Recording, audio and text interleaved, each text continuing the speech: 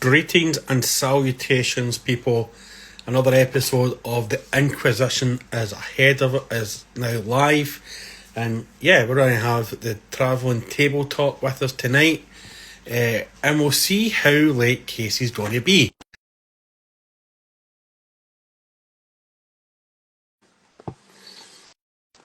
Just accepting your invitation there, travelling tabletop. Hello there. Hey there, folks. How we doing? Not bad, man. How are you? I'm all right, thank you. I'll apologise in advance. It's a little bit windy, but hopefully we should be hunky-dory. Yeah, man. I can't hear any wind anyway, so as long as it's not smelly wind, it's okay. It's all good. How you keeping? Where are you today? So I'm currently playing GeoGuessr for all of you out there. So I'm up there somewhere in Scotland right now. I won't tell you where for my own safety, but yeah, it's not too bad today. It has been pretty chilly, but it's not too bad. But that's Scotland. It's always like that in Scotland. It's either real rainy or absolutely Baltic. Unless you get some snow, you're actually in the summer of Scotland right now. I find up here as well, it's like some kind of polar anomaly where it's like when the sun's out, it's colder. That is Scotland. And when it rains, it's like acid rain, you get warmer for some mental reason. It's just Scotland. I mean, I suppose to have England as neighbours, you have to take the good with the bad. Oh, absolutely. Yeah, I mean, so we're just waiting on Casey here. He's probably going to be about 4 hours late, because that's what Casey is. But we'll give him another minute to get himself together, and if he's not, then we'll just fire on, because it's Casey. He's probably fighting with his wee boy to go to bed. This is his wee fella's bedtime routine, so it's probably a battle of wits to see who will go to bed. And I'm just watching my puppy here to make sure she doesn't butter the rug. Isa, come here. Oh, whilst we're waiting, I'll give everyone a quick tour of the van. Yeah, man, I bet. I will say it's looking incredibly sterile today because it's laundry day. So I've cleaned everything, but it kind of looks a little bit like an insane asylum. So I'll give you a quick tour. Excellent. As you can see, then there's the white bed. There's the white vanity unit with a mirror and some goodies in there. Nice. White bin, model cupboard, curtain. And there you go. That's probably the quickest episode of Cribs in history, folks. So we might as well just fire on ahead. So the first question that we ask absolutely everybody is, what age were you? Who got you into Warhammer? And what was the first mini or model that you painted or built? So I remember from years and years ago, basically when I was a kid, I started playing Warhammer. I can't remember what edition it was, but I remember collecting an army of Necrons, and my brother was collecting the Tau. And yeah, it was awesome, because it was like back in those days, the paints, you used to open them and you'd sit there for hours just, basking in the fumes of the paints, and it almost felt like you was transported to these other worlds. And then someone puts the lid on and you're like, oh, hang on, how long have I been sat here with a purely grey mini that hasn't been painted yet? And is your brother, is he still your brother for being a Tau player, or have you managed to emancipate him? I believe him and his fiance have actually kind of ventured into other armies now. I mean, even I did. I went to, when they were the Imperial Guard, I went to those, and they're now the Astra Militarum. I think he went for Dark Eldar next. But we went from sort of collecting the models for Warhammer, and we tried to find games that kind of had that depth without the kind of gameplay of like using rulers and measuring things. So going more from like Warhammer to Warhammer Quest kind of thing. And what age were you then when you get into it? It must have been, I was probably somewhere between 8 and 12. It was a long, long time ago in a galaxy far away. So between 8 and 12, 10. Somewhere around about there, I reckon. And like, as everybody does, did you take a wee break from it when you found like women and drink, and then come back to it, or have you always been into the hobby? It's something I rediscovered back in 2018. I was thinking about this the other day because I assumed we would talk about kind of what board games I got into and what were my gateway games. And then I remembered there was actually one game I bought, right? So basically I'd gone from finding Warhammer too confusing to play. So I left that for about 5-6 years. And then out of the blue, I picked up a copy, you'll like this, a copy of the Gears of War board game. Oh, yeah. That now like out of print and worth hundreds. Right, I need to go and take my dog out to the toilet, right? So, Casey, you're in control of this now. No problem. That's absolutely fine. And that's a great segue point, because I remember that Gears of War game, and I actually played a little bit of it. Not much. One of my mates was massively into Gears of War, and it was a really good little game, wasn't it? It was a good little system. It was fantastic. As someone who'd come from kind of conventional board games, it felt like kind of like a stark contrast in terms of difficulty. Yeah. And now, having experienced many, many games across various kind of genres, it did have one similar thing that I found, which was a pitfall in, I think it was the Resident Evil 2 board game, where the tiles were very dark and very bland. Yeah. But again, it's one of those kind of games where it's the camaraderie and the tactics that really sort of make that gameplay shine. Mm-hmm. You know, as for aesthetics, it's meant to be bleak and drab given the nature of the games. Yeah, yeah, and I do remember it did. They sort of tried to capture the essence of the same board game later on with like the horde modes and everything, didn't they? Because it was essentially horde tabletop, and you had the Berserker mini as well, I think, if I remember it right, and it looked amazing. And I really wanted to paint it, because it was my mates. It's like, no, I'm going to do it. And then he never did. But interesting to know it's worth a lot of money now, because it definitely seemed like one that was just done to fill a niche gap. And then they never bothered with it again, did they? Yeah, I mean, I ended up, to give you an idea of how niche it was, I ended up selling the copy back to the company that made I think they remastered the first game. Because I looked at the email address, and I can't remember if it was like Hello Games or something, but it was basically an employee from the company who had purchased this copy. And it kind of felt like a full circle moment. And as I say, this was a few years before my real gateway game, which I'm looking forward to telling you guys about tonight. Well, so. Why don't we get onto that now? Now you've mentioned it, might as well jump in with both feet. What was the real gateway game? So the game for me that I really kind of found resonated with me was a little known game called Mansions of Madness 2nd edition. Okay. And it's essentially, again, kind of like along the lines of Warhammer Quest, you know, tile placement, you know, monsters, shooting, the occasional crime solving, but, you know, shoot first, ask questions later when it comes to games. And it was a fantastic experience, and I ended up getting everything for that game. And then I sold it for more than I paid, and now some of it's out of print, and it's like, supposedly it's never coming back.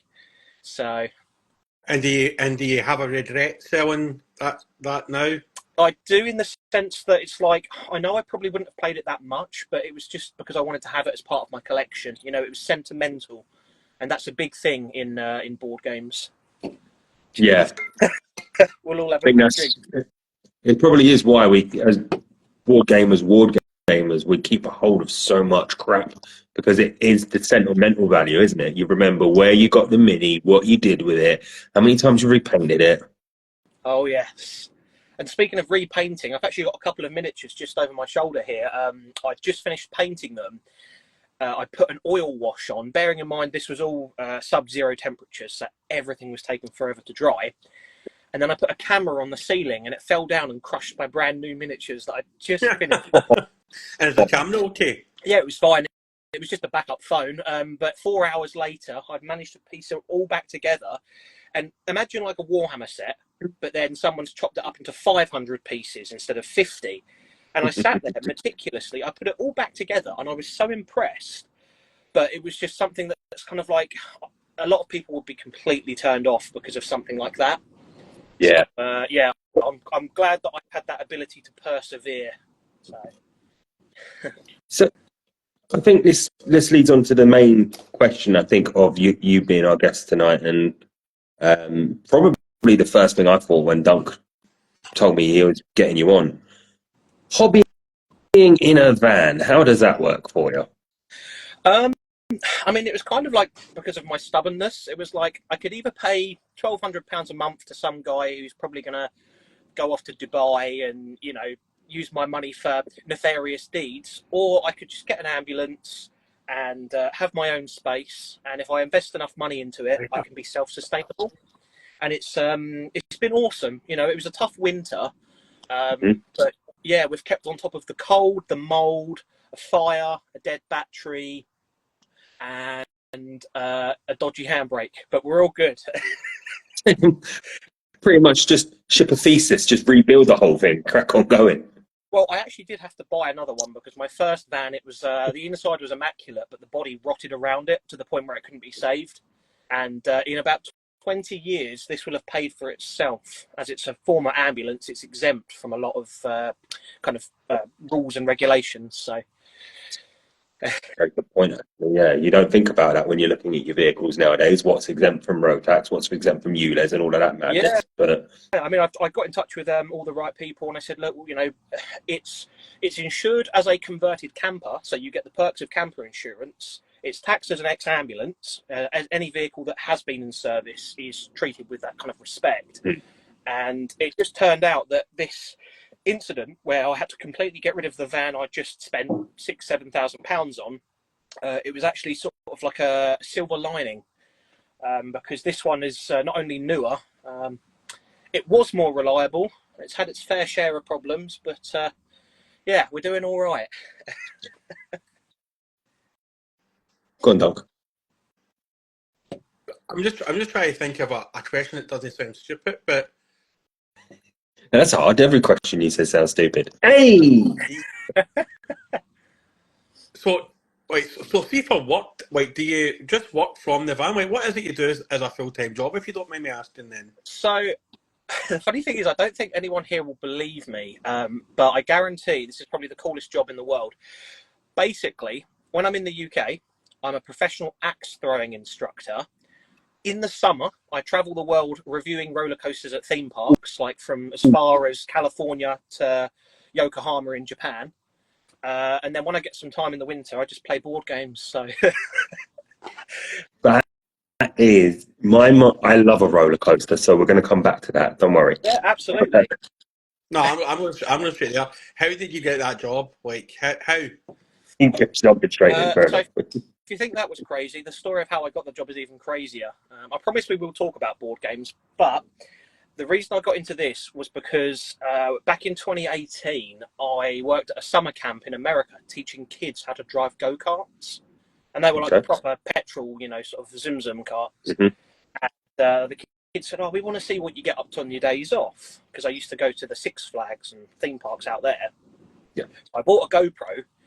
And somehow I ended up on Radio 2 with Scott Mills, and then the next year I was snowboarding Mount Fuji. So, and then it kind of spiraled, and I was like, actually, I like board games, so I kind of want to pie that off now. I travelled for about 5-6 years, and as soon as I get into one, I always want to go back to the other. So, yeah, but how did you get to review roller coasters? Like, how do you get that as a job? Like, I mean, it's one of those sort of things where it's like you meet people in the industry. The biggest person I ever met in terms of presence, not physically, in terms of, you know, online presence, was a little guy named Jimmy Donaldson, aka Mr. Beast. I suppose, do you know who that is? It rings a bell. I haven't watched any of his stuff, but I know of him. I've watched a shit ton of Mr. Beast stuff. Like, I especially liked his hide and seek games. Were you in any of his videos then, any of the hide and seek ones in that? So they're in the back of one of the videos that I was, my friend was filming. We were in Texas, and we were doing a tour across, I think it was Texas, Missouri, and like Kansas, or somewhere in like the middle of America. And we just happened to rock up, and we saw all these people with Mr. Beast clothes on, and someone had bought one of the roller coasters out, and I was like, who the hell is this, like, you know, selfish to buy out an entire roller coaster? And the funny thing is, I have my YouTube t-shirt on that I wore all around America, and I got several thousand followers from it. And I started filming, and I said to the security, I said, can I go and say hello to whoever it is? And they turned me away.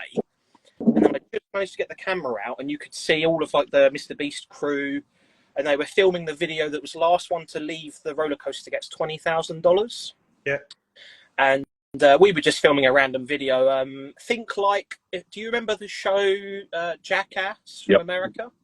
So me and a bunch of guys known as the Coaster Idiots online, we were like filming our silly videos, and that was our kind of satirical kind of humour. And he's gone on to do all right, actually. He's got 150,000 followers now. So we were doing our own thing, but Mr. Beast was in the background. So if anything, he featured on my channel. That's brilliant. And then you say that you teach axe throwing. Like, how did you realise that you had a natural axe throwing ability?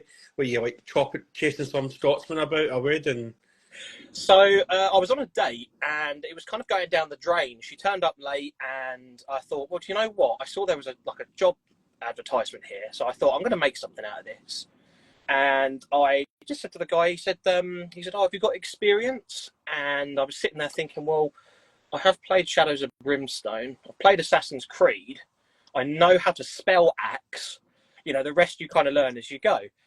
And yeah, I basically just said, my eyes said yes, and my heart said I should tell him the truth, but I didn't listen to that. So got the job, did it for a couple of years, and now I'm kind of like on retainer, so I can go basically back to England where I was based, and up here there's a place in Stirling with the same company, and essentially I can just kind of go back and forth.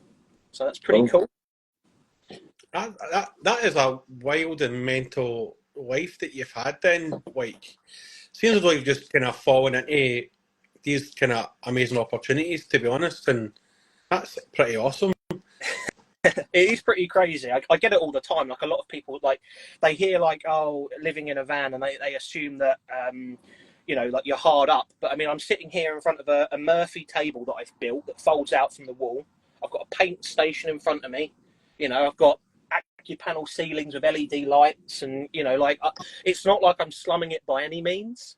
And I really advocate for this way of life, because I could leave for America, as I normally do, for 3 months of the year. This costs me nothing, literally nothing.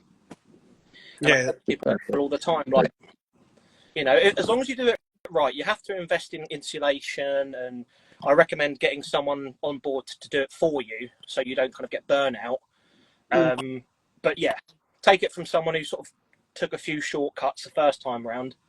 If you do it right, it's very fulfilling. So when you bought the second van, from buying it, when were you able to like fully live in it and it was like fully done? How long did that take? So basically, I bought it I put a deposit down in the November, I think, of 2023. In December, I was due to pick it up, but the people I bought it from had fried the electronics because they had jump-started the battery, and I think, one of the main electronical components had literally just got zapped. So £2,000 later that we made them pay, they then dropped it down in the January of last year, and I had it on the same road as my other van for about 2 days, and we literally just stripped it out from one van into the next. And it was incredibly stressful because I was obviously at this point having to tax and insure 2 vehicles. And, you know, like I say, luckily this being the ambulance, despite being identical to the first van, not only is this £300 a year to insure, and that was £1,200, but I'm also not having to pay £30 a month on tax. Yeah. So it was kind of like, it was longer than it needed to take. But the problem was, at that time of year as well, you know, you're kind of at the mercy and the benevolence of, like, if there's any mechanics working, and obviously the elements as well. But the guys who converted the van were brilliant, so I'm really grateful to them. Do you not miss the trappings of a house? No, honestly, I'll tell you this now, and I'll tell this to everyone who's watching. If I had a house, I honestly think that, like, it wouldn't be a home. It would tie me down. You know, someone would say, oh, look, that guy that I wouldn't have given a chance to 5 years ago, you know, he hasn't had kids. He's got a house. I can't be asked to save for one. And I feel like, rather than kind of be used and exploited for what I have, I'd rather say I live in a van, but I can literally give you the world. You know, I can take you wherever you want to go. And that, for me, is so much more fulfilling than just living in Bradford or Birmingham, you know, like. So, I mean, Yeah. I totally understand it's not for everyone this way of life, but for me, it allows me to continue doing what I've pursued, you know. So. Would you say, going back to obviously people how they might react to when you tell them where you live and what you get up to? Mm-hmm. Do you feel that there is a proper negative connotation of the fact that you say to people, I live in a van, I travel about? Oh, there is. Because, yeah, big time. I mean, the things I've been called, basically, the reason why I'm up in Scotland, it's going to get a little bit dark, but don't worry, there's a happy ending, Cool. well, I think. Basically, my mum was diagnosed with cancer, and our dog had recently passed away. So I came up here. She's got another dog, and she's now in remission. So that's the good news. But the guy she lives with, we basically found out what he thinks of people who live in vans. And apparently I am a gypsy nutcase because of all the fun, crazy things I do. Mm-hmm. And when you think about it, like, that is, you know, to me, it's not an insult. You know, it falls on deaf ears, but that is, it's like defamation of character because of the way I choose to live, you know. And it's like, it's one of those sort of things. It's like you have to kind of have a bit of a thick skin, because if you live this way, that is going to come with the territory. But the truth is, a lot of it is out of jealousy. And do you think because you've been in the hobby since you were like between 8 and 12, and the natural bullying that happened when we were all younger, being involved in like toy soldiers and wee metal soldiers, do you think that's giving you a tougher dexterity? Well, the funny thing is, if anything, I kind of see living in this van as this is like a safe space, because I know a lot of people, you know, they get picked on for having certain interests, and I can't tell you how many times I've been referred to as a dork and a nerd, despite having ridden motorbikes around the world and literally built 2 with my own hands. Apparently I'm still a nerd. One of the reasons why I did this was because I remember playing board games when I used to live with my dad, and his now wife came in once, and she said to me these words, and I never forgot them. She said, "Oh, so that's what you do with your free time, is it?" And the funny thing is, it was like, at this point, you know, I'd got friends from all over the world in this kind of industry that were like, "Oh, I'd love for you to come and stay here in America and play some board games. I'd love for you to..." One of the guys I know is Italian, but he lives in Tokyo. And it's like, I could literally go this way or that way around the globe and have fun with friends. And it was just such a sort of awakening, you know. And as soon as I found a way out, I was like, right, yep, I'm doing this. I'm getting a van and off I go. It is a little bit of living the dream, isn't it? That, you know, you have got, if you are a free spirit, that you are able to just jump in and be like, you know what, fuck it, I'm going to do this and I'm going to make it work and I'm going to have fun. Because I imagine it is that little bit of making it work as well that's got to be quite, like you're saying earlier, like if you're not properly damp-proofed where you're living, the rot creeps in quicker in your van than it will in a house. So, you know, it's a bit more catastrophic, isn't it? Well, the good thing is you're able to kind of keep an eye on everything here, because, you know, when you're opening the doors and that, you get to see the seals. Yeah. You can see if you haven't got the fan on, obviously there's condensation. There are things you can do to mitigate that, but the problem is, because you're always surrounded by it, everywhere you look, there's a door or a window. And I mean, I can literally pull this curtain back and it's like, I can see how cold it is based on the water on the glass. I mean, luckily it's all right now because I've looked after it. But yeah. The thing is, unlike a house where you can let things go for 20 years and then they creep in, you're always surrounded by it here. And that's the thing with board games, is I have to pack them away every night just so that the tiles and the pieces don't get ruined. Yeah. And this is the other thing that's interested me, is when obviously Dunk said that he had you coming on. I imagine when you're driving around, if you get hit a particularly nasty speed bump or pothole, it can mess the back up pretty badly. Well, the thing is, it's like there is quite a lot of weight at the back as well, because that's where I store all of my things. That being said, there was one thing I really wanted to do to combine another one of my interests with van life, and that was I wanted to get a motorbike on the back and to get like a ramp and stuff. but the last one I built was so heavy, like it wasn't feasible. So anyone looking to do van life and ride motorbikes, you kind of have to choose. Yeah. But the one thing I get a lot about going over like speed bumps and stuff is everyone says to me, I'll quickly show you guys now. Everyone says, "Oh, what about your minis? Aren't they going to go flying?" But you check this out.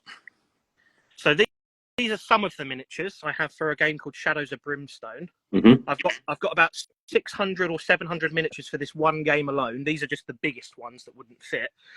These entire shelves that I built were completely filled with miniatures, all right? So, you know, a set of 6 here, a set of 12 there, you know, whatever. I then moved them over to this display that is supposed to light up, but the batteries have died. And they are literally, they're so solidly stuck down. If you try and pull them off, they'll break off the base. And everyone says, oh, well, you know, how does it not go flying? Same with my paints as well. Shout out to my little IKEA paint station. And it's one of those kind of things. It's a common misconception, but because everybody asks it, they think, oh, well, if we all think it, then there must be an air of truth to it. And the truth is, it's just the only reason why they won't stick, if you're using things like blue tack, is if you clean the surface, you try and reuse some old blue tack, it loses that adhesion. But if you just keep some on standby, it's a lot easier than getting magnets out and gluing things on and all that rubbish. So, going back to your hobby, and then obviously you've mentioned the different systems you're into, and I apologise, I was so fixated on the fact that you were trying to lift the Mini up, I didn't quite catch the name of the game you're in at the moment. So that game basically is one that I've been playing for about 3 years, and it's called Shadows of Brimstone. Okay. I've never heard of this, so can you give me a synopsis? So think Warhammer Quest, all right, or Gloomhaven, or just kind of like a generic dungeon crawler, but you go to different planets, different times. So you could be Vikings in space, you could be samurais on an alien prison planet fighting giant worms.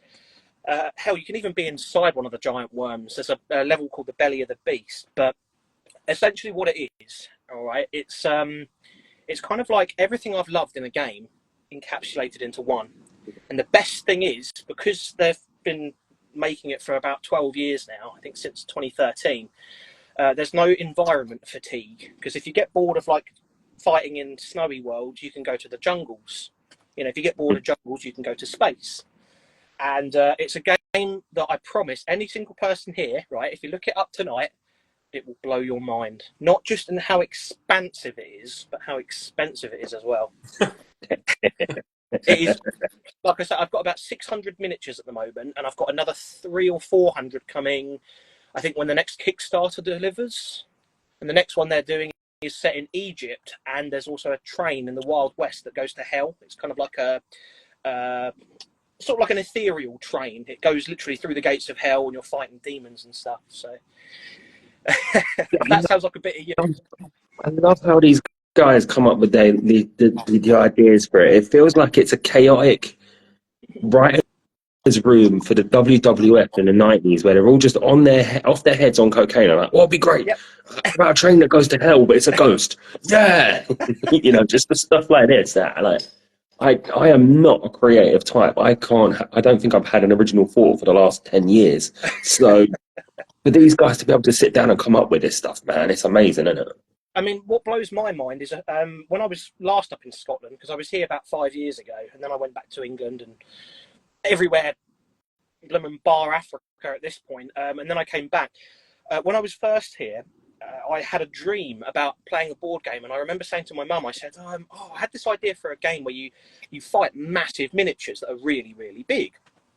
And the only game that I know of, there's 2 games that have bigger miniatures than these. That is Cthulhu Death May Die and Zombicide, the Marvel one, with the big purple dude. I don't know my superhero knowledge, but yeah, I mean, that being said, like, I was saying to someone the other day, like, at what point do you stop calling them miniatures? You know, like, at this point, they're this big, and your heroes about this big, you know. So.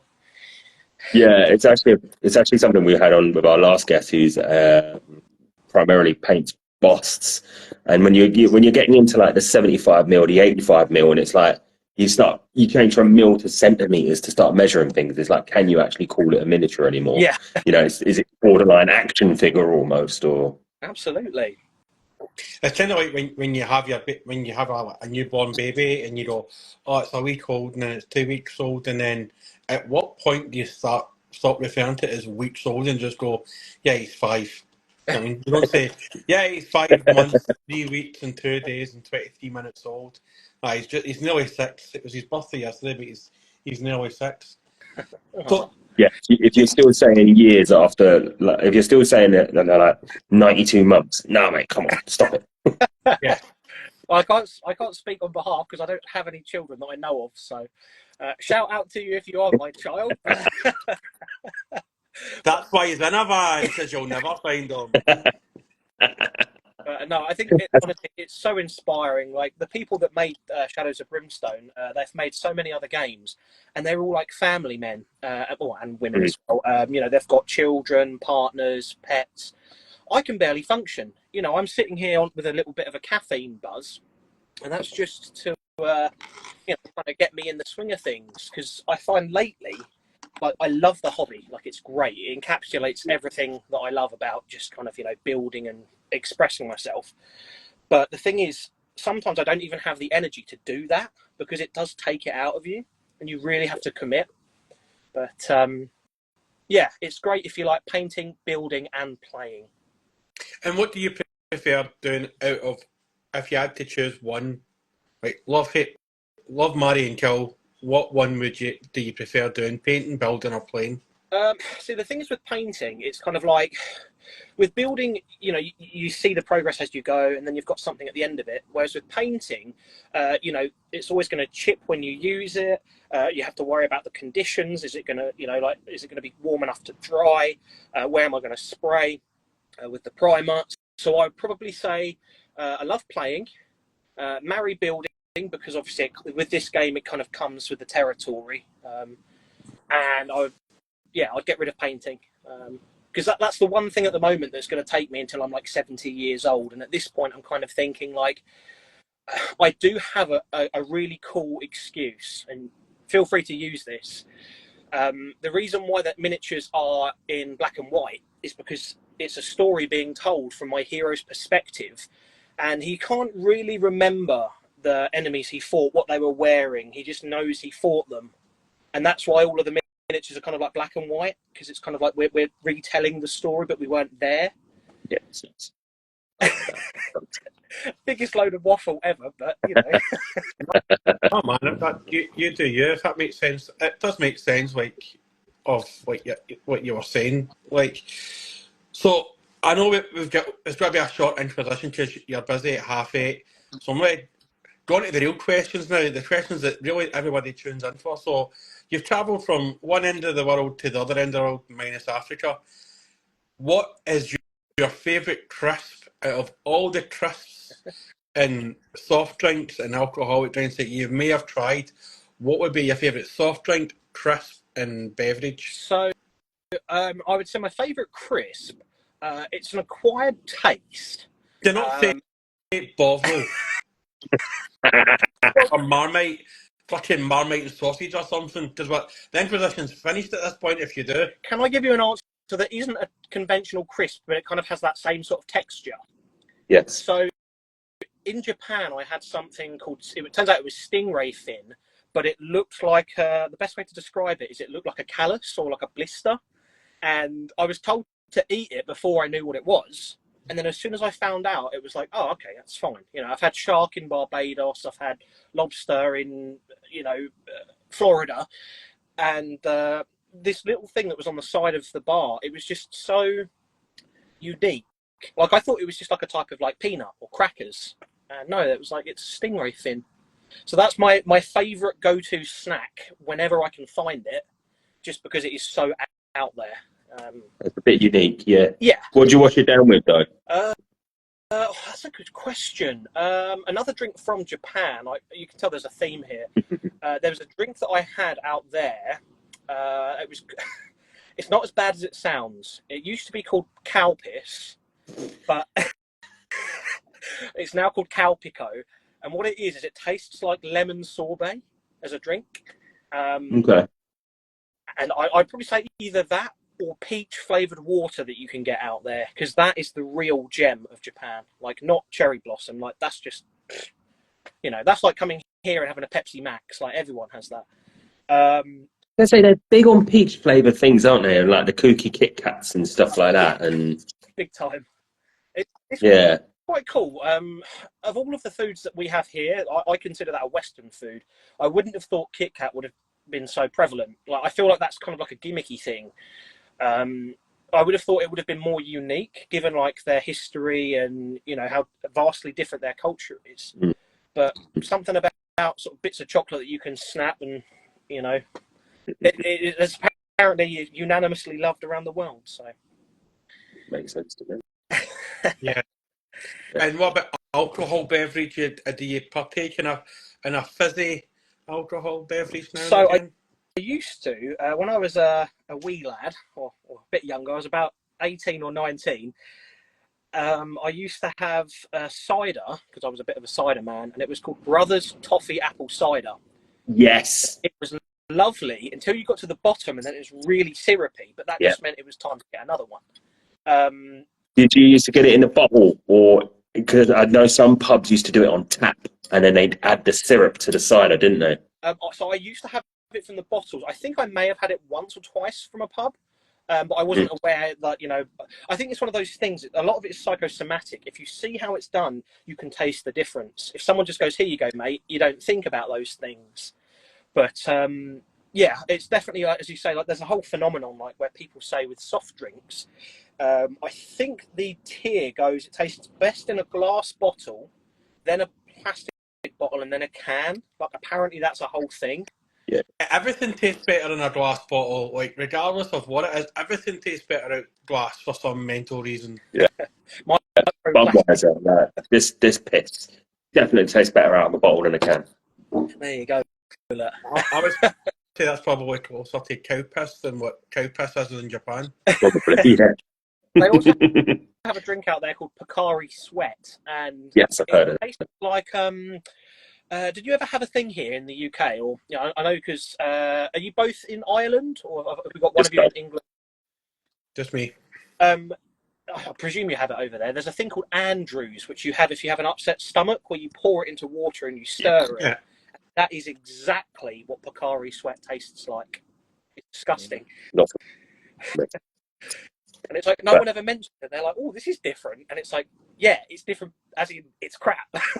It's like fantastic to me. Yeah, I mean, there's drinks that, if there was a drink that tasted like medicine, I'd want it to be Calpol. I mean, big up to the old, you know, whoever made that stuff is like minted. Yeah. Calpol or Nurofen, like. Yeah. Great, can I change that to my drink of choice? Just a bottle of Calpol. You know what though? Whoever invented the banana flavoured medicine stuff is an arsehole. Because my sister used to love that when we were little. So my parents would buy that, and they would have to pin me down and spoon it into my mouth like I was a dog or something, because I just hated the taste of it. Fucking banana. Well, there's a whole thing about bananas. This is going to take a really wild turn from what a lot of people probably came here for, but I think like 95% of the world's banana species have been like wiped out because of some like pandemic, and they used the ones that we have that taste like foamy bananas, or the originals, used to taste like kind of more confectionery-esque, and the ones we've got now are a bit crap. But I had I had one in Sri Lanka in 2009, and it was red, and I peeled it open, and I was really disappointed because it was just the normal colour inside, and it tasted exactly the same. Like, what the hell? Oh, that's the point. I thought it was maybe you were describing something like a blood orange. Like, you remember the first blood orange you had? Like, what the fuck is this red shit? Yeah. You bite into it, it tastes like strawberry instead of banana. That'd be amazing. Yeah. The snozberries taste like snozberries. What the fuck is Willy Wonka doing here? My favourite one was when my dad tried to get me to eat black pudding. He didn't tell me what it was, and then when he told me it was congealed pig's blood, I was like, oh, right, cool. You know, I've seen Dex stuff. Like, I'm not fussed about gore and all of that. Like, it tastes good. Don't care what it is. But that will bring us on to our next question, actually, because I had some black pudding on the weekend that weren't cooked right, and it just was horrible.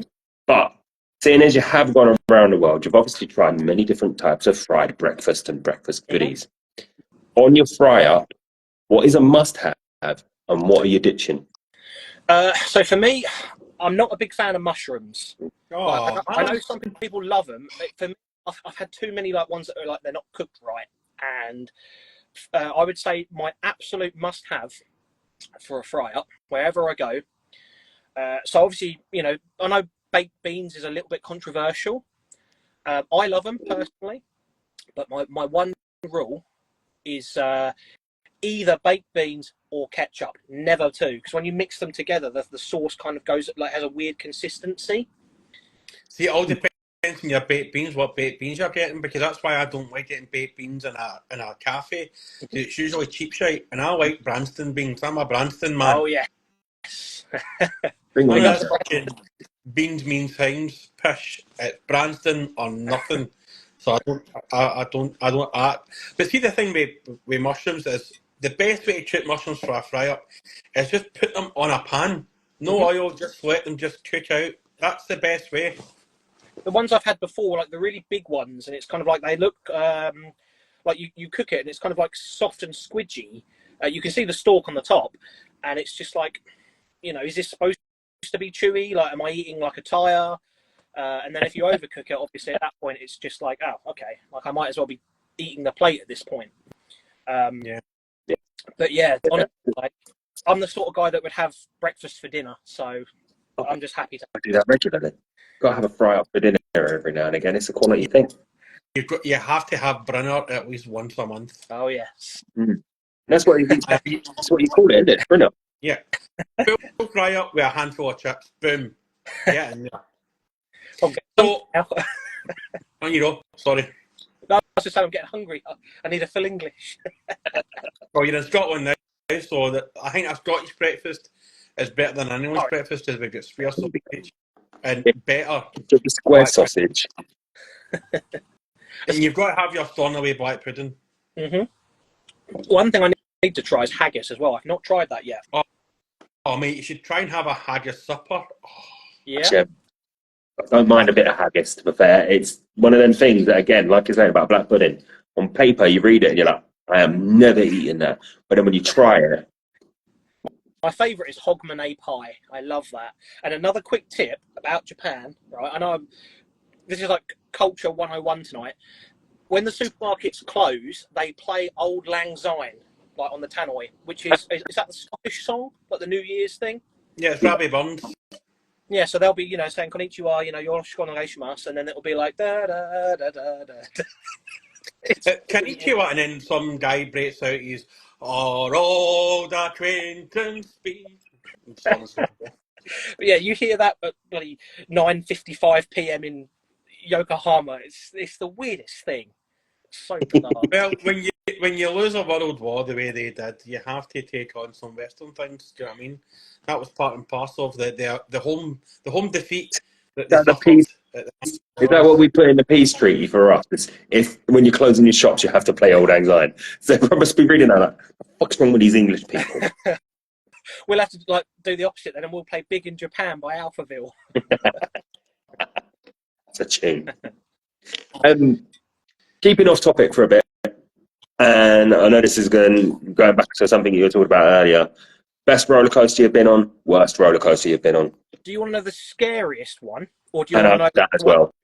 Do all three. So the scariest one that I ever went on, I was too scared to ever go back on it, but it has since been demolished because 12 people sustained broken bones. Like, apparently they said that the park said it was pre-existing conditions. This ride goes 0 to 112 miles an hour in 1.5 seconds, and it was called Dodonpa, and it was in Fuji-Q Highland. And it just, all it does is it shoots out of a tunnel, all right, does a big 1.5 mile loop around the park, and to slow it down, it goes for a 200-foot loop-de-loop. So that was terrifying. But there's also another one in Germany that is so bone-chillingly, harrowingly, intensely scary, right? Everyone says you're not allowed to spoil the surprise. All I will say is it's not just a roller coaster. It's something equally as terrifying as well. and it's a ride called the Oath of Kanon, but in German it's Der Schwur des Kernen. And what it is it's a giant 230-foot castle, all right? Because the story is this mad king gets his wizard in the town to make him invincible. So what the wizard does is he takes this oppressive tyrant and basically he transforms him into the castle. So like he is now forever stuck, cursed to this building. And the ride is just a massive monolithic structure. And you can hear the screams inside the building from the other side of the park as they come flying out the bottom. But like I say, it's not just a roller coaster. So it's also a gas chamber, is it? Well, spoiler alert, if you don't want the surprise here, I will tell you what it is. Just skip the next 5 seconds. It's also a drop tower. So you go straight up. Yes. The cable, there's a guy shouting at you in green, like a big green angry face. Looks like something out of Veggie Tales. And if you pay attention, you can hear the first cable, right? You're 200 feet in the air at this point. The first cable detaches and a second one grabs on. So when you fall, you're falling backwards. But it'll only take you down about 150 feet, and then it pulls you all the way back up and over, and it is just the most terrifying experience if you didn't know that.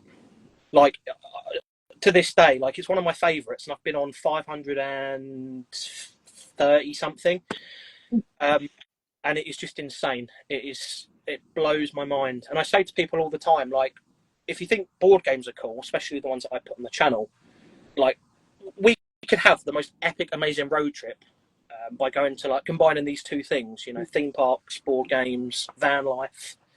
Like, and what's the worst ride that you've been on? I went back on it last, was it October, just to see if it still held up as the worst coaster in history, and it was called Wildebeest at Canada's Wonderland, and it was just a wooden coaster. And all these people in front are putting their hands up. And I came off it back in 2018 with black and blue bruises on my hip.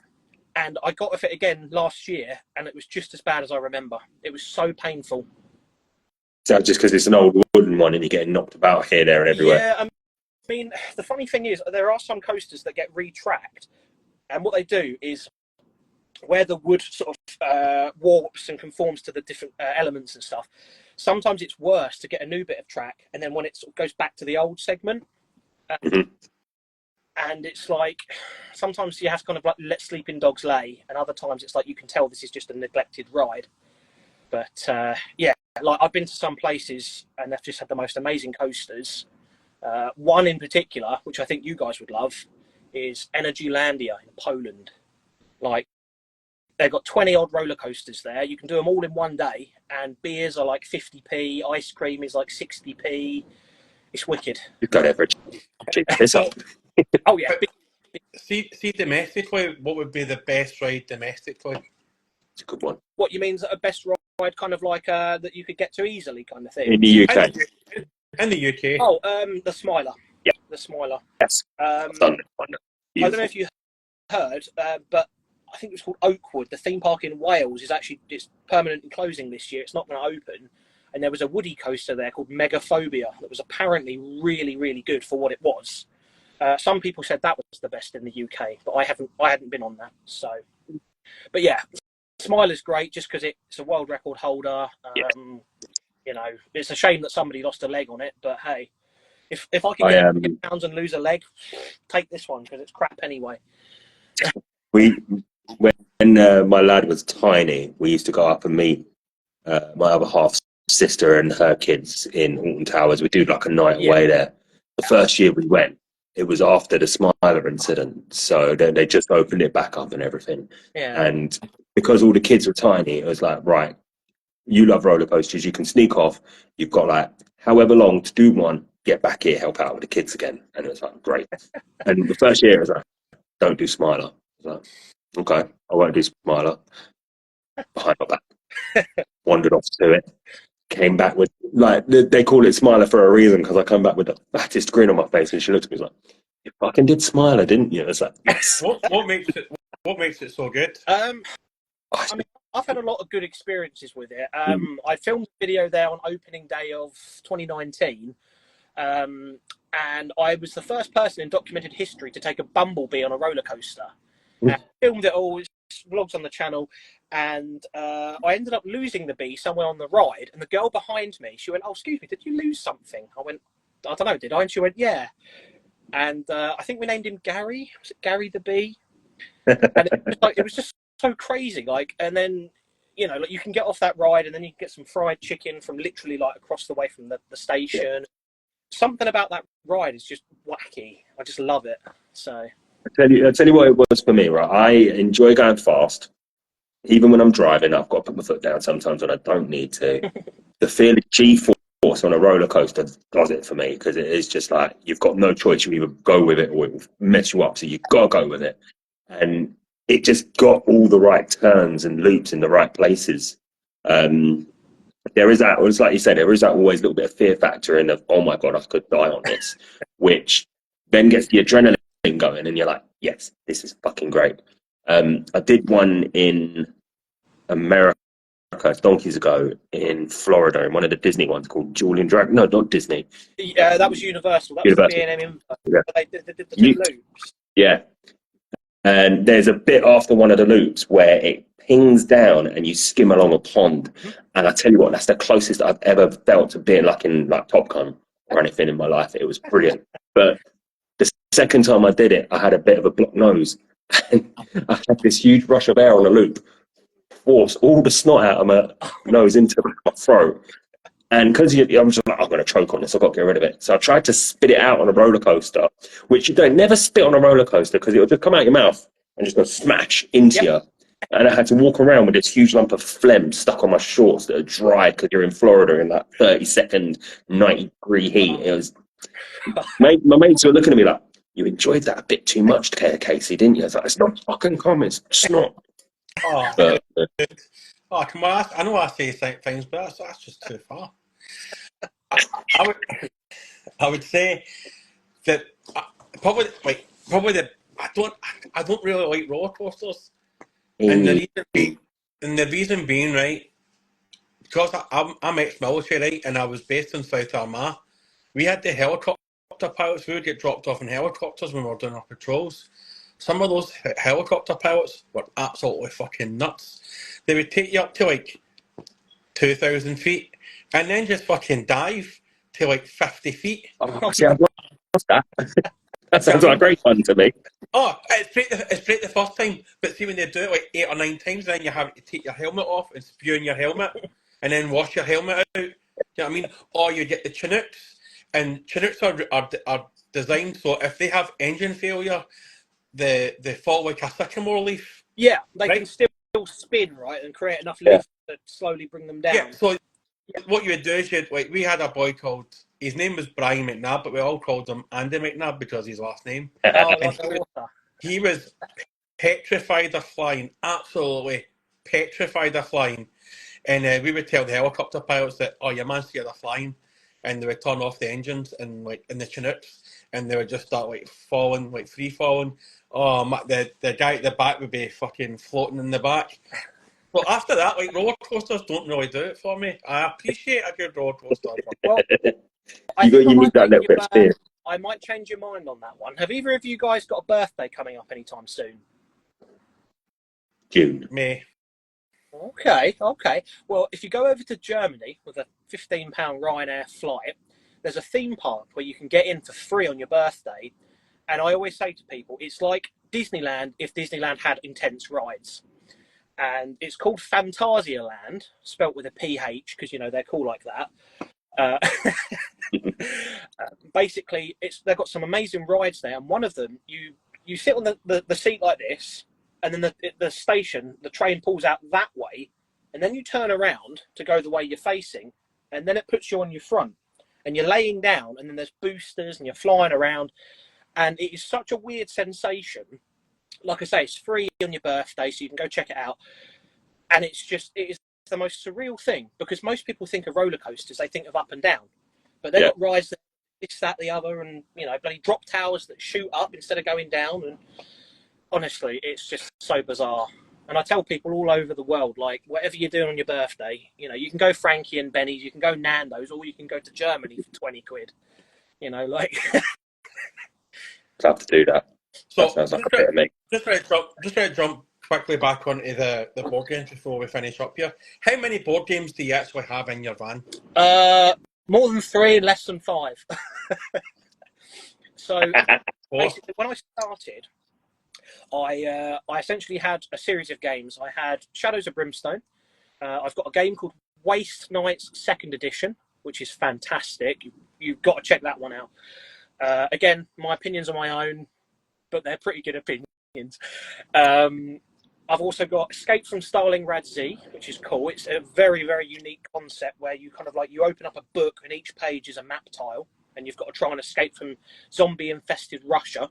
It's kind of like you have to team up the Germans and the Russians, and it's kind of like, you know, who's the bigger threat? And I've also got, I've got a game that's kind of like Fortnite. It's called Last One Standing, and it's really interesting because it's like Fortnite if Fortnite was never popular, because obviously it's a board game. People think, oh, how will that carry over? But it's great. You parachute in, you can find like energy drinks, you can find shotguns and ghillie suits. It's awesome. But then since I started the Travelling Tabletop, I've been sent loads of other games. So quick shout out to Party Snail Games, Terratoads Games, Geek Haven Clothing as well for the merch, and basically just a whole load of other companies that have sent me all of their products. You know, it's such a privilege to just be sent stuff, you know.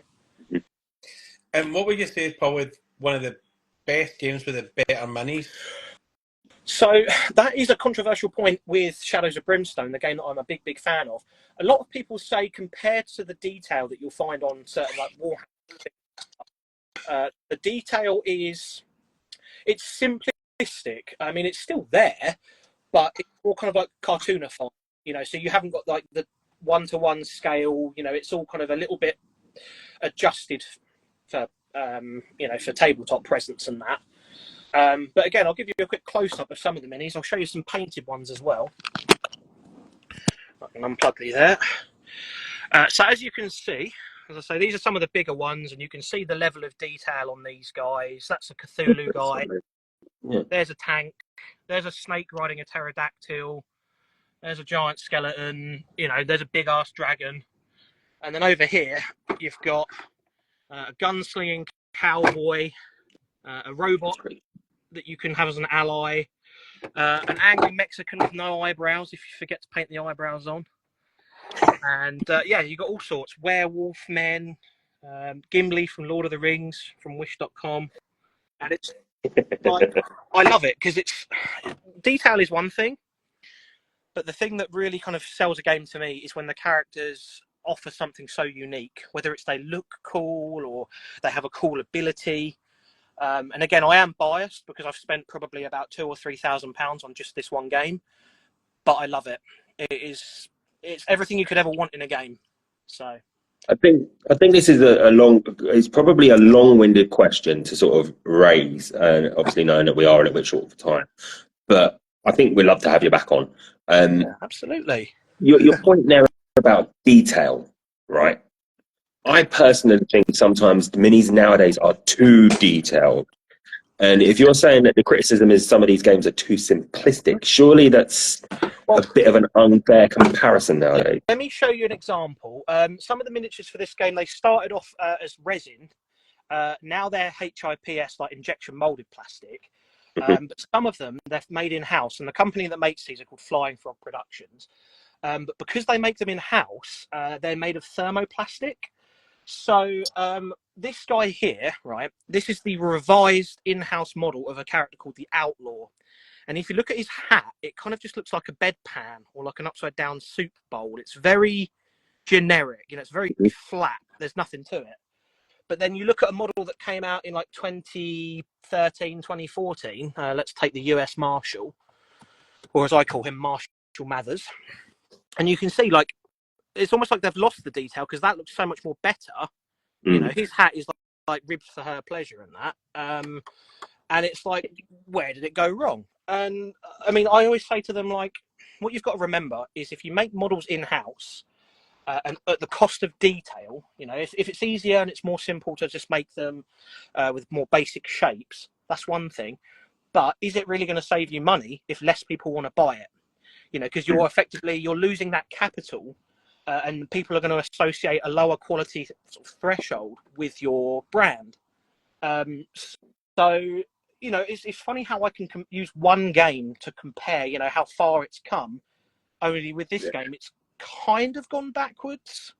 You know, like that they really hit the nail on the head the first time round. But the problem everyone had was the miniatures were too fiddly, and there was too much detail for such a small figure. But this was their attempt to kind of keep everything there without having to sort of sacrifice anything. And like I say, they are more durable. You know, that they are revised, as the name would have you believe. But it's just a shame because you, as I say, you come to expect a certain type of quality, and then we always think, oh, you know, if a game's been out for 10 years, it's like, imagine if they released a Warhammer army that were really brittle, you know, like the Tau, or, you know, like, it's one of those sort of things. It is a double-edged sword because you want detail, but not at the cost of structural integrity. Yeah. How's that for your word of the day? Well answered, actually. Yeah, it's a very good point. Now, I will actually mention as well, one more thing about this game is the chaps who made it, they used to work for Games Workshop, and they were fans of White Dwarf, the magazine, and they've actually released their own one. This is one of only a few in the country right now. It's very, very rare. This is called the Darkstone magazine, and this is their take on White Dwarf. And this has got pictures, as I say, of like that the Hell Train and stuff, and ancient Egypt, and you know, like you've got an enemy there that's an engine boiler from a train, and there's a skeleton inside that's like trapped in there.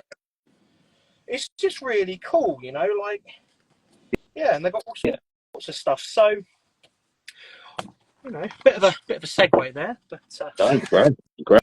We appreciate that. As you've experienced tonight, that's what we're about. We start off on one small topic and we go all over the bloody shop. So do not worry about that. I always say to people, it's like I've been referred to as like eccentric and wild and, you know, a bit out there. And I always say to people, I go, yeah, but did you have a fun time? And they're like, well, yeah, I've never met someone who's like bloody done everything that I've done. So yeah, you're just you, and that's what makes us all like unique and different. Is that you just do you. At the end of the day, do you know what I mean? Yeah, I mean, tell you what, I see we've got a couple of viewers in the comments. A quick shout out to Walkgate Studios. If you guys want, I can probably stay till about 9 o'clock. I've only got some important work to be doing over there, aka video games.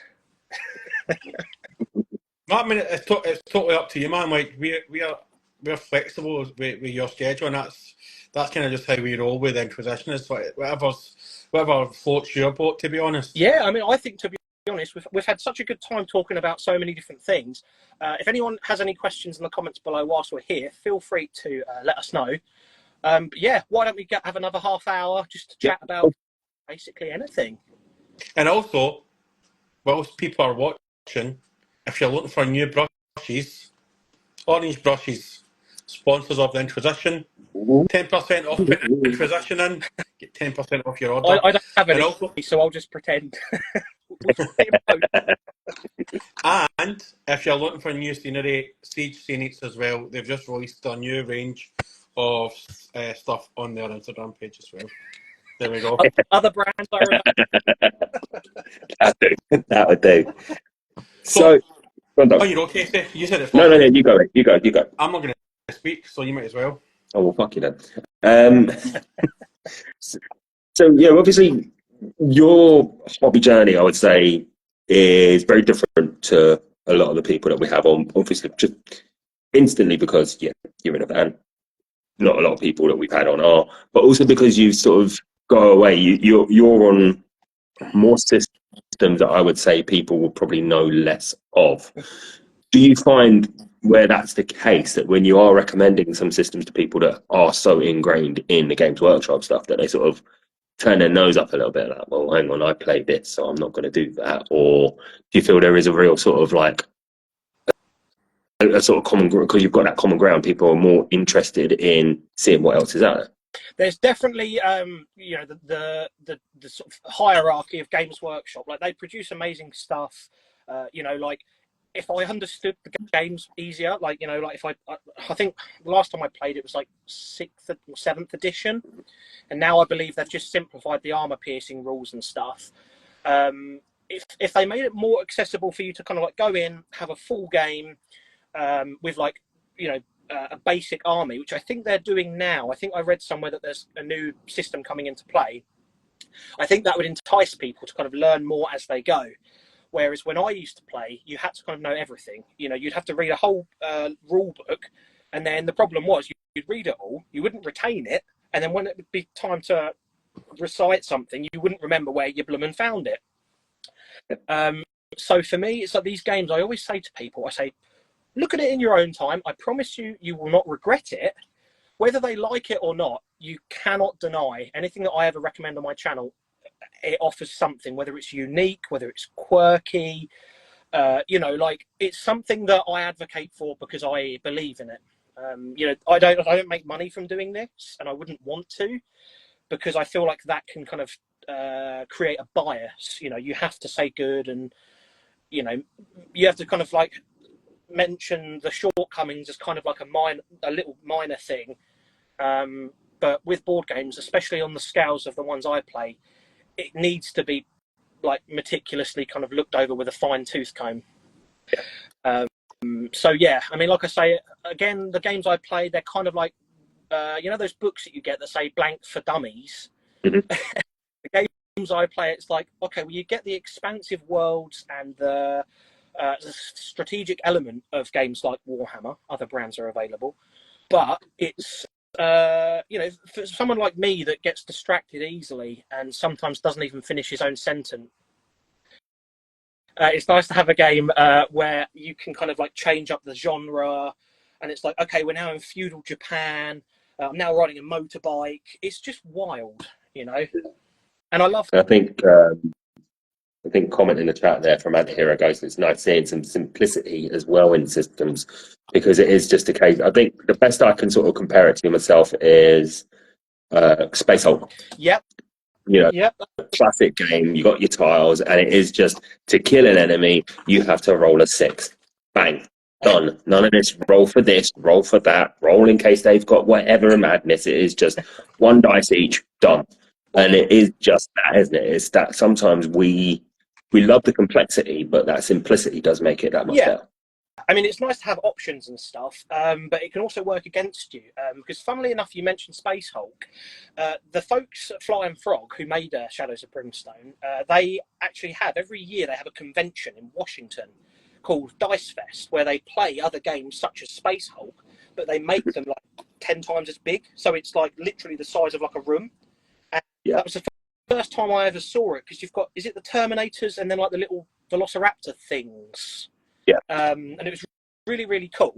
And I said to him, I was like, that's a great way to get people engaged. Like, not only can you see it from half a mile away, but it's the closest you'll come to seeing a life-size Space Marine, you know, in Washington of all places. But that reminded me of something I did want to mention. With Shadows of Brimstone again, I'm not getting paid to talk about these guys. When I was talking about the rules, what they did was they released these like tutorial decks, and as you can see, I've got not 1, not 2, not 3, but 4 of these packs that are full of cards for like they're kind of like so you don't have to get the rule book out, you just draw the card you need. But the problem with that is, at this point, to find the 1 card you need out of like 300 when you start getting all of the sets, it's more hard work than just having the rule book. You know, and it's like, that's why I love when I go there. I can play these games with the creators, so they know the rules. And then if you want to go there and play similar games, you've got things like there was Assault on Hoth. There's a massive Star Wars Hoth thing. Was it Space Hulk? Conquest of Planet Earth, Last Night on Earth. So many of these games, and there was another one called Heroescape. Have you heard of that? It rings a bell, because I know I've got, and I had no workmate that was into like a lot of alternative other board games rather than just sort of your typical stuff. So he had mentioned in passing some of these games to me, but I'm going a long time ago now. Yeah, I mean, you know, coming back to the question you asked earlier about, like, do you find there's a bit of a stigma with games that aren't kind of under the generic umbrella? There is always kind of like that, oh, you know, I'm going to kind of pigeonhole myself and compare it to successful things. But the only way these other games will be successful is if people give them the chance. You don't have to like the game. You have to, like, say, okay, cool, I've looked at it and I've made my assessment. I haven't just kind of ruled it out with my preconceived notions. But the problem is, as a game of, like I say, that, you know, one of the things I did, just as a random thing you could do, I played as a ninja assassin, and I trained a pet monkey to wield a shotgun on the back of the motorbike I built in the desert. And this was it was one of those things. It's so random and crazy, and some people will love that, and other people will say, "Oh, that sounds a bit convoluted." But when you get the fundamentals down of these game systems, like how to move, how to attack, whatever, the creativity comes from within. And a lot of people, they're very narrow-minded. They don't like that freedom. They want to move here and shoot that, you know. It's taking it back almost to like Dungeons and Dragons, though, really, when you think about it, because although, yeah, D&D exists in the spectrum of you've got your rule book, here's the races that you'll come across, here's the languages, blah, blah, blah. You can still just look at that and turn it on its head and say, well, I'm going to dress my guy up like a 1970s detective with a huge afro, a trench coat, and he wields a nunchuck because fuck you. And people are more than happy to do that stuff. I think sometimes we are just a bit too set in our ways sometimes with certain things, aren't we? Yeah, I mean, there is a term that's coined with this game and many others. I would include D&D and Warhammer in this. They're what's known as a lifestyle game. And the reason why I'm so into this is because I've invested so much time in not only building every single one of these 600 odd miniatures, but I've then obviously got to paint them. I've done about 50 so far. And the hidden element, all right, so we've already established building, playing and painting, but the hidden element, all right, the secret ingredient, don't tell Colonel Sanders I told you, the 11 herbs and spices here of the board game world, is the organisation factor. And I always find whenever I really get into a game that's of this scale, like a really big game, like there's no way to store it neatly. Like you need inserts, calyxes, this, that, and the other. And at this point in the van, I'm basically living in the world of this game because it's just everywhere. So, and I think actually, Eugene Stevens saying organisation is probably 90% of any game you play is organisation, because you've got to sit down. First of all, you've got to organise an opponent. Then you've got to organise how you're playing it and where you're playing it. And then it's just the little things of, okay, we've now set that. How am I going to sort out what happens on the day? And I think that's interesting that you've said that, because it's something that I don't think a lot of people actually sort of realise they do. And, you know, it's such a good skill that we pick up and develop through doing all of these things that sometimes we don't take away into our private lives or our home lives or work lives, because, you know, it's one thing to do this is what I do for fun, but when I'm sitting down at work, I need someone to tell me what to do, and you don't just engage that same level of mind work. I mean, some people see it as like, oh, just another thing, and I don't want to ruin the original box because of its resale value. But the problem is, in my case, you've obviously got to think about the humidity and the temperature. And obviously the logistics factor of like moving around, everything needs to be in place. So again, with this one game, I've got 3 145-litre trunks full of the game. I've got a wall-mounted shelf there for just the heroes. The trunk that I'm sitting on stores more of the game.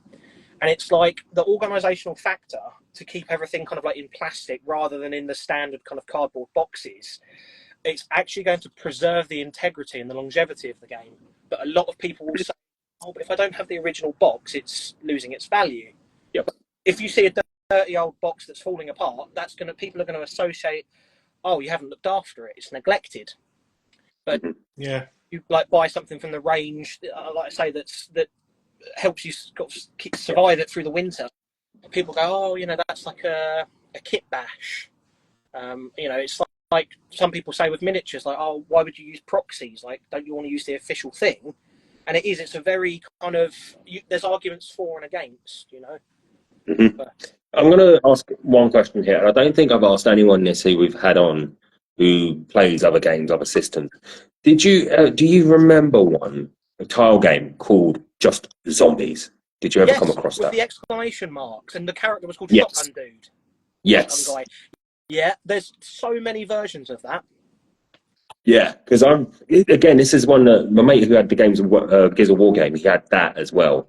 And it was the first time I'd ever sort of come across it. He picked it up because he wanted something that we could play, and it was just small and easy to store. Yeah. But I have never had so much fun with a game as that.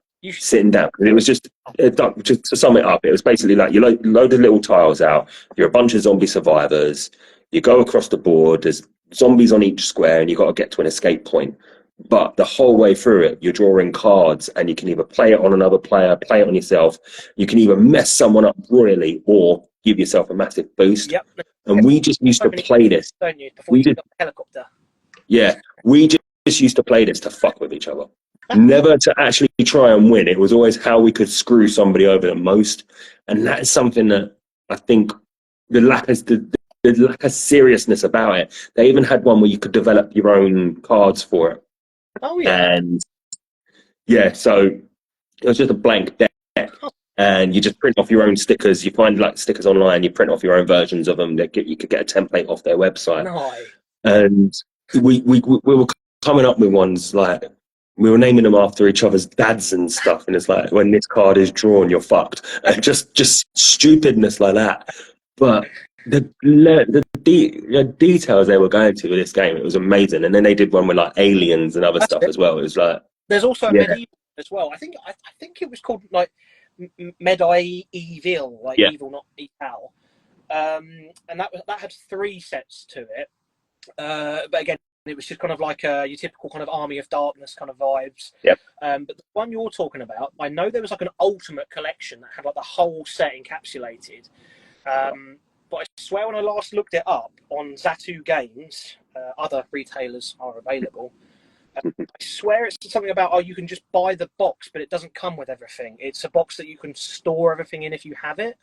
But the way it was listed, kind of like it was really confusing because it doesn't mention that quite clearly. And the games originally with the expansions, they all came in the same shaped boxes, and you wouldn't know like a standalone or an add-on. But I know exactly what when you mention that game, like it's the sort of game that you forget what it's called because it's so simplistic. It's like, the zombie game. Oh, do you mean Dead of Winter? Do you mean Last Night on Earth? No, the zombie game. Zombies, like, and it is just one that was so innocuous. It was so simple. And again, it was just the simplicity of you move your character X amount of spaces. If there's a zombie in front of you, roll a 6, do you kill it? Yes. Bang. Done. And there is just something nice about that. I think that a lot of companies lack, and well, they don't lack. I think they get too into trying to be complex and wanting to engage people's minds when the best thing you can do is keep it just bread and butter. Well, the one that reminds me of is Betrayal at House on the Hill, and let me tell you, that game, I loved it. You know, my favourite was the 2nd edition, just because it was like it was the perfect balance. They'd got it just right. But what they're doing now is they know that they've established the name and the tile placement and the horror genre. You know, it's a classic for Halloween. But the problem with it is they've dumbed it down so it's more accessible for people to just jump in. And it's like, it doesn't matter what your speed is anymore. Every turn you open a door, that's your turn done. It used to be you could run through and keep going until you have to draw a card. And at this point, kind of like, you sort of gain new followers at the cost of your old ones. Remember, numbers are just that. Like, Jesus only had 12 followers and he did all right. So it's more about what you do with what you have than, you know, and kind of like if you establish something, it's important to kind of stick to it, you know, rather than kind of, you know, corner the genre and then be like, right, we have total control. But if you like zombies, I recommend Betrayal at House on the Hill. You were saying that you're playing computer games, and that's what you're maybe jumping off to do after you finish with us. What are you currently playing this now? So I am actually revisiting a game from about 22 years ago. It was my favourite game of all time, and I finally managed to get it to work on my console. It's a game called Ratchet and Clank, and for the last hour and a half, I have used my Lenovo Legion Go. I wrapped the controller in cellophane so it's holding the button down, and I'm far. Like I found a spot where it just keeps giving you like the in-game currency, and basically what it was is I was going to have to go because I thought I had to hold the button down for 3 hours. Turns out, with my legal emulator, you can double the frame rate and the game speeds up to double the speed. So for the last hour and a half, that's why I said I can stay for longer, because I needed a bit more longer to buy the most expensive gun in the game. And what are you playing, Casey? Are you playing anything this now? I have actually picked up the other day. This is a weird one, right? They because it's like a big anniversary for Street Fighter at the moment. They've released a lot of like compilation versions of it all, and I picked one up on the Switch. But only because like, I would have got it on the Xbox because I've got like loads of different things I can play on the Xbox with. But I picked it up on the Switch because I had credit on my Nintendo account from buying stuff from them before, and what should have been a £10 game cost me 20 pence. Oh, result. And it was rude not to. It's like, why am I going to go buy the full price when I can get it for 20p? And I have been playing Street Fighter 3, which I shared the odd video on it on here. It's just a completely different version of Street Fighter. It's different systems, different characters, and it just makes you think a bit more. You get out of the sort of style of I'm playing as Ryu and Ken, fireball, Dragon Punch, and you can actually engage in it in different ways, which makes you think about how you're attacking differently. And that's what I'm on, and I bloody love it. It's hard as nails, and I can only get so far before having to restart. And I think that's the other reason I enjoy it, And I think this is something generally about computer games. And sorry, Don, I'll ask you what you're playing at the minute in a second. I'm on one. People nowadays, and I think with board games as well, I know we're sort of saying about the simplicity is sometimes the best way to go. When something is difficult and you do it, it is much more rewarding. And I sit there and I watch my lad trying to play Mario Kart on his tablet, and it drives itself for you. It turns the corners for you. It collects everything it needs to for you. All you need to do every now and again is press it to make it jump or something. And I just sort of look at that and I think, that's not Mario Kart. You're taking the piss out of me here. You're taking the piss out of my childhood. Fuck off. But before I forget, by the way, can I just quickly interject with something that will probably change your lives and how you perceive gaming, right? Would you agree that back in like the 80s and 90s, games seemed harder because like if you didn't know what to do and if you're stuck on a level, like you couldn't just Google it, maybe you could ring the Nintendo power line. And in a way, we've kind of like been mollycoddled into kind of like, okay, like if you struggle, just Google the wiki or whatnot. The last game that I played that I finally beat last year, even though I bought it back in like 2018, I think it was, Sekiro, Shadows Die Twice. That was the last game I played, right, where the difficulty didn't change. It was hard from the very, very beginning, but I got better as a player. Have you ever had that where you can feel yourself like, oh my God, I was struggling on this one enemy. Now I can fight 10 of them off at once. Yeah, 100%. And the one game I'll always refer to is Dark Souls. Yep. I completed Dark Souls 2 and 3 before I completed Dark Souls. And then I went back to Dark Souls, and it's a piece of piss now. Whereas when I first started playing Dark Souls, when you fight the first main boss, I was like, what the fuck is this? Like, how am I supposed to get by this frog bastard? And then I checked the YouTube, and it was like, oh, this is just the tutorial boss. And I'm like, the fucking tutorial boss? The one you're not even supposed to, like, really... I think you have to go round him first, don't you, and then jump on his head or something. No, I was just thinking, I didn't know that you had to run through this wee doorway. I would just try to stab him with, like, my fists. I was like, what kind of sorcery is this? Speaking of sorcery, by the way, I know you guys mentioned Nintendo's earlier. The console that I'm playing on is called a Lenovo Legion Go, and it's basically a Switch on steroids, right? So you can take the controllers off, and they're like Joy-Cons and that. What I wanted to show you was that either of you remember a little-known game called House of the Dead? Yep. Like I had a blonde moment the other day. It was. I don't know if you're allowed to say that anymore. I had a moment the other day, and I was like, right, I really want to play the game, but I need a light gun, like one of the ones at the arcade, and I was sitting there thinking, well, what can I use? And then it finally dawned on me, the console that I bought a year ago, it comes with this thing and a switch on the bottom, and it turns the controller into like a joystick, like a flight stick thing. Yeah. And it was just a little thing like that I've never used once. And then I saw they were this month, I think they're releasing House of the Dead 2, like the remake. And I was like, all this time I'm Googling how to set up light guns and compatibility and emulators. And it turns out the bloody console came with this thing built in. So, anyone... Does it operate as like a Steam Deck then? Is it a case that you can download whatever you want? It's essentially a Steam Deck, but you can get like 60 frames a second. It's a bigger screen. I have had a few technical issues with mine. It does not like the cold. But you buy it from Curry's, you can do buy now, pay in a year, and you get a year's warranty.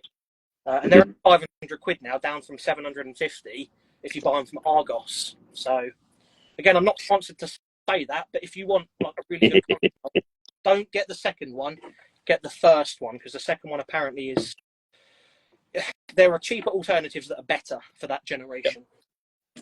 There's a game that I played on my PC for years, and I absolutely loved it. It was developed by a company called Ambrosia. Oh, the game is called... Company. Yeah. And the game is called Escape Velocity Nova. I fucking loved that game. You started off with a tiny wee freight ship, and you basically could do strict play, which basically meant if you died, that was it. It never saved your progress, and you had to restart. And there was like 8 major storylines, but if you didn't Google it, you had to find the storylines generically by just like doing random missions and landing on different planets. Wow. There was, you know what, Dunk, I'm going to jump in. There's one I remember like that called Steel Battalion that came out on the first Xbox donkeys ago. It was a mech game, and instead of a controller, it came with like this huge setup that had like a flight stick and different things. Like it looked like something like you were sitting in a fighting robot. If your thing was going to blow up, if you didn't hit eject at the right time, it'd kill you. You would delete your save and you'd have to start again. Oh wow! Yeah, I mean, I think Ambrosia went out of business. I managed to get a code off one of the developers by just bombarding them with emails, and then that kind of code expired. But once you completed a major storyline, you had to restart and try and find another storyline, because once you did that playthrough, that was it done.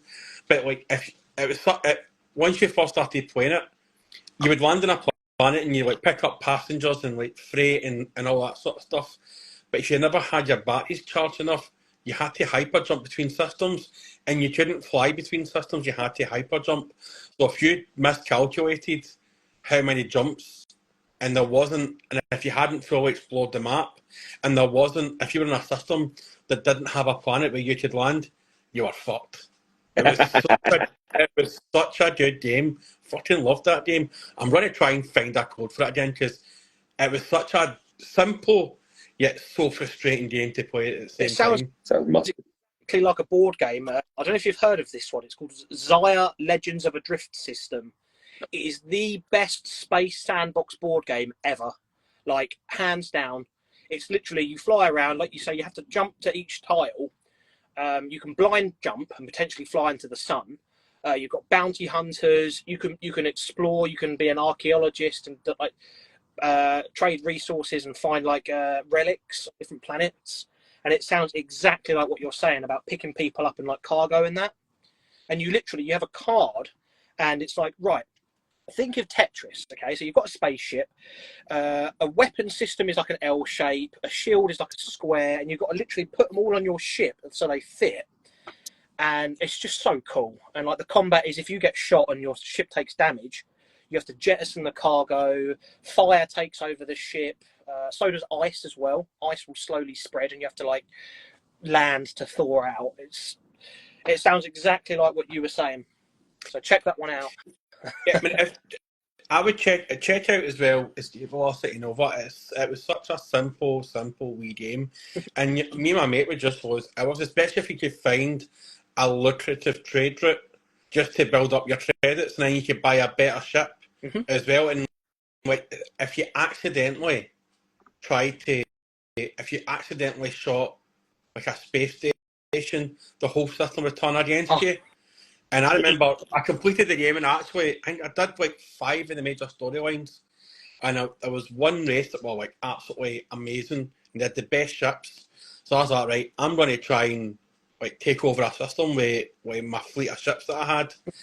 And these ships came from fucking nowhere. I got absolutely pummeled. And because I was in strict play, that was my game done. I was absolutely raging with myself. Oh, speaking of all things space, by the way, I recently won a competition. Somehow I won, even though it was only for US applicants. I guess because I spent like 3 months of the year there, they saw it as like an exception. But I won a copy of, not Twilight Imperium, I won a copy of the Twilight Imperium expansion called Prophecy of Kings. I won a jigsaw puzzle of the artwork of Twilight Imperium, and I won a copy of Twilight Inscription, which I think is like a roll and write or something. And they're like, oh yeah, we can only send it to a US address. I said, well, can you send me the base game as well? Because I can't bloody play without that. And apparently what I'd won like day 2 of 12 on the 12 days of Christmas. But if I'd have won day 12, I would have won everything I got plus the base game. Oh. Like, what have I drawn the short straw here? Here's the add-ons now. Buy it, bitch. Have you played Twilight Imperium before? Or No, heard no? it. I have heard of it. Again, it's not one I've tried, but I have seen it about. It's like apparently it's like diplomacy. It will go on for like 10 hours. So the average game is between 8 and 10 hours. It's insane. They have time for yeah, that. like I don't even have time to play like games I want to play, like because I know it's like with the setup and teardown, it's like an hour each way, and then you've got to play. For anyone who's been following my channel, you might have seen there's a lot of live streams lately, and that was just because it was like it's content that's consistent and it shows people what I'm seeing, but at the same time it doesn't do it justice. You know, it's not like people are actually here. But it's the only way you can capture some of these games. It's just like jump on in, you know, have a bit of the devil's lettuce and chill out, and just, you know, if that's legal where you are.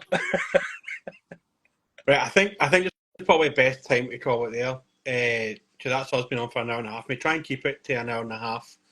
Because we'd love to have you back on. Yeah. But I think there's so much more that we need to ask you about van life and your passion for games and stuff, and roller coasters as well, like. Yeah, and there's probably even stuff that we've not even delved into yet that we would love to like bring up as well. Yeah, I mean, if you guys want advice on renting motorbikes across the world for dirt cheap, theme parks, board games, van life, axe throwing, trick shots, you know, like, you know what they say, jack of all trades, master of none is still better than a master of one. There we go. And that is an amazing way to end this. But just before we go, my dude, is there anybody you want to give a shout out to before you go? Probably just my mum for, you know, beating cancer. Shout out to anyone who is currently going through that, and I hope you are as lucky as I am. Well, as lucky as I am that she's been fortunate in her circumstance. So yeah. Casey, I mean, it's a tough task to follow with tabletop words of wisdom there, but do you have anything you'd like to say? This week was my lad's 6th birthday, and we had 2 birthday parties, one for him and then one the day after for another kid in his class.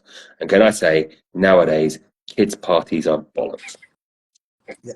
You can't just go to McDonald's and get a tour of the kitchen anymore. No, you have to have bouncy castles, all sorts of madness, soft plays. Yeah, just give me something simple. Wise words from Mr. Casey there, and why not to have kids? Yeah. It's been an absolute pleasure. It's been emotional, and we'll see you all next week for another episode of The Inquisition. I think it's Blackheart Minis next week. I think it's him, and then Seeds the week after. And then the herbalist something or other. But yeah, we'll see you all next week, folks. Keep it real. Peace. Love you all. Take care. Thanks for coming on, buddy. No worries. Thanks for having me.